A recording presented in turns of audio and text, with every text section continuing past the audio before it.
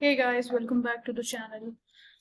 सो आज का कोड उन लोगों के लिए है जो डेटा एनालिसिस्ट होंगे या फिर डेटा एनालिस्ट जो कि बहुत सारे डेटा के साथ काम करते हैं या फिर सॉर्टिंग का टेक्निक्स यूज करते हैं डेटा के लिए या डीएनए सीक्वेंसेस के लिए।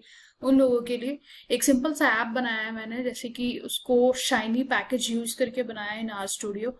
सो बेसिकली इस ऐप का क्या काम है कि कोई भी सीक्वेंस आप इस ऐप को दो और उसको असेंडिंग या डिसेंडिंग ऑर्डर में सॉर्ट कर देगा वो आपके लिए।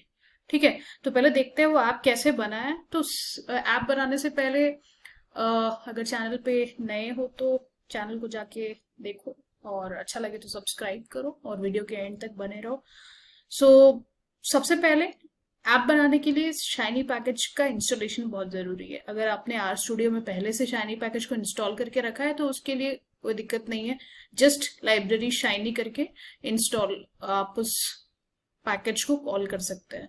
सो मेरे आर स्टूडियो में पहले से शाइनी पैकेज इंस्टॉल है, तो उसके लिए मैंने लिखा जस्ट लाइब्रेरी शाइनी। अगर नहीं इंस्टॉल्ड है आप लोगों के पास तो आप डायरेक्टली यहाँ से इंस्टॉल कर सकते हो, पैकेज सेक्शन से क्लिक करके, या फिर इंस्टॉल डॉट पैकेज डायरेक्टली लिख सकते हो। ठीक है, मैंने ये एक इफ कंडीशन का यूज किया है जो कि चेक करता है कि अगर शाइनी पैकेज का जरूरत है तो डायरेक्टली इंस्टॉल कर लो भाई शाइनी पैकेज को। ठीक है, सो अब जबकि मेरे पास शाइनी पैकेज है आज स्टूडियो में अवेलेबल, लाइब्रेरी फंक्शन यूज करके उसको कॉल कर लिए। नेक्स्ट क्या है, कोई भी एप्लीकेशन का सबसे पहले यूआई बनाना जरूरी है।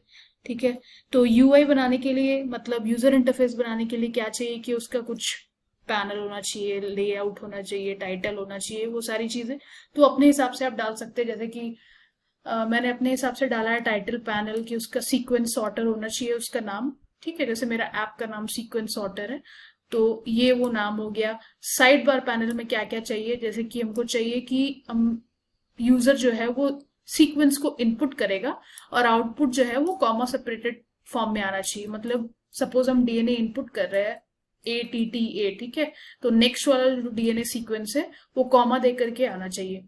ठीक है, और उसके बाद एक एक्शन बटन चाहिए मेरे को जो कि सॉर्ट बटन, मतलब हम अपना सीक्वेंस डाल करके उसको सॉर्ट कर दिए एंड देन अपने हिसाब से आप इसमें चेंजेस कर सकते हो। ठीक है, और मेरा मेन पैनल हो गया आउटपुट जो मेरे को मिलेगा। ठीक है, तो ये हम बना रही है एक यूजर इंटरफेस जो कि कैसा मेरा ऐप दिखना चाहिए। ठीक है, नेक्स्ट आएगा कि उस एप्लीकेशन को कैसे काम कराए, क्योंकि ये एप्लीकेशन एक सीक्वेंस सॉर्टर है, मतलब कि कोई भी सीक्वेंस दोगे वो आपको असेंडिंग या डिसेंडिंग ऑर्डर में आउटपुट दे देगा। तो उसके लिए सबसे पहले क्या करेंगे, सबसे पहले हम लोग लेंगे सर्वर को डिफाइन करेंगे क्योंकि जो भी फंक्शन है वो सर्वर के अंदर ही आएगा। तो सर्वर में हम फंक्शन ले लेंगे इनपुट एंड आउटपुट, ये सब लोग जानते होंगे। एंड देन जो हमारा सॉर्टेड डेटा है वो इसके अंदर आ जाएगा। ठीक है, सो ये जो कोड है अनलिस्ट जो कि एक फंक्शन है आर स्टूडियो में, प्री डिफाइंड फंक्शन है जिसके हेल्प से हम लोग उस सीक्वेंस को सॉर्ट करेंगे। ये रीड करेगा एंड देन सीक्वेंस को सॉर्ट करेगा। तो कैसे सॉर्ट करेगा, उसके लिए इफ एंड एल्स का कंडीशन चलाएंगे कि if input dollar sort underscore order is equal equal to ascending, then sort कर देगा वो, और अगर डिसेंडिंग है तो उसके हिसाब से वो सॉर्ट करेगा। ठीक है, नाउ अब मेरा जो सर्वर का फंक्शन है वो फंक्शनैलिटी इसके अंदर आ गया। ठीक है, एंड मेरे पास उस ऐप का यूआई भी है। ठीक है, तो अब हमको क्या करना है, एप्लीकेशन को रन करना है। उसके लिए हम डायरेक्टली लिख सकते हैं shiny app UI comma server. ठीक है, और उसके बाद एंटर प्रेस कर दो। एंटर प्रेस करोगे तो ये ऐप आपके सामने आ गया, एप्लीकेशन बन करके तैयार है। एप्लीकेशन का नाम है सीक्वेंस सॉर्टर और यहाँ पे आप अपना डीएनए सीक्वेंस कोई भी डाल सकते हो। ठीक है, और ये एक टैब है जिसको हम लोग सॉर्ट बोलते हैं। ये सारा चीज जो लेआउट है ये आ जाएगा यूजर इंटरफेस के अंदर, लेकिन ये सारा फंक्शन कैसे काम करेगा वो आएगा सर्वर के फंक्शन के अंदर। ठीक है, तो चलो एक एग्जाम्पल ले लेते हैं। सपोज ये मेरा एग्जाम्पल है,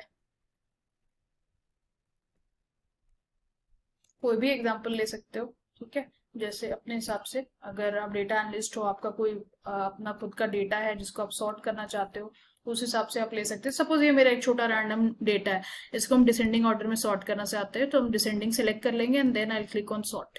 जैसे ही सॉर्ट पे क्लिक करेंगे तो ये देखो डिसेंडिंग ऑर्डर में सॉर्ट हो गया। कैसे पता चलेगा डिसेंडिंग ऑर्डर में सॉर्ट हुआ है कि नहीं? तो ये पहले टी आ रहा है, फिर जी, फिर बी एंड ए।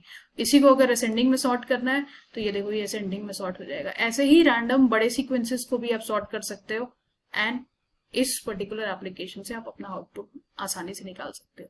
ठीक है, तो होप आपको ये वीडियो पसंद आया हो। पसंद आया तो लाइक करो, शेयर करो, सब्सक्राइब करो और नेक्स्ट वीडियो के लिए रेडी रहना, उसमें कुछ इंटरेस्टिंग मिलेगा आप लोगों को। सो तब तक के लिए मिलते हैं फिर नेक्स्ट वीडियो में।